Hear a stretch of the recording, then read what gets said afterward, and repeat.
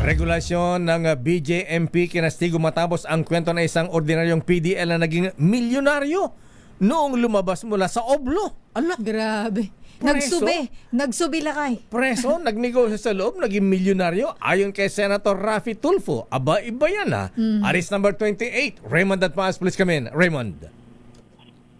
Mayor Elaine, kinastigo ni Senador Raffy Tulfo ang pamunuan ng Bureau of Jail Management and Penology dahil sa maluwag nitong regulasyon sa pagbabantay ng mga persons deprived of liberty o PDL. Ito'y dahil sa mga napakaraming reklamo na natanggap ng kanyang opisina ukol sa mga kapabayan at irregularidad sa loob ng mga kulungan na kanilang pinangasiwaan.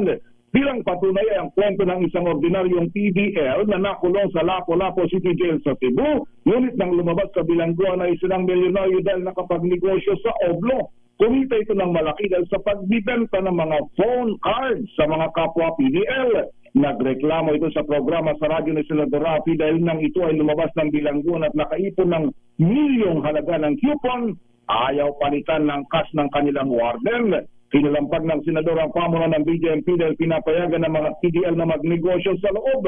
Ikinabahanan nito ang bentahan ng phone cards na maaaring gamitin ng mga PDL sa kanilang mga illegal na aktibidad kahit sila ay nakakulong gaya ng mga sangkot sa illegal drugs.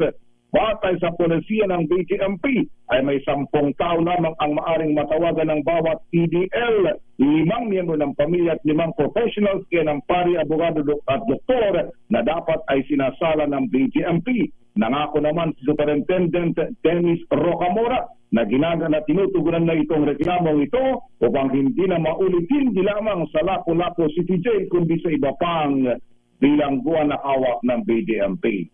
Ito si RH28, Raymond Atpas para sa DZRH, una sa Pilipinas, una sa Pilipino. Maraming salamat, Raymond. Hayamote.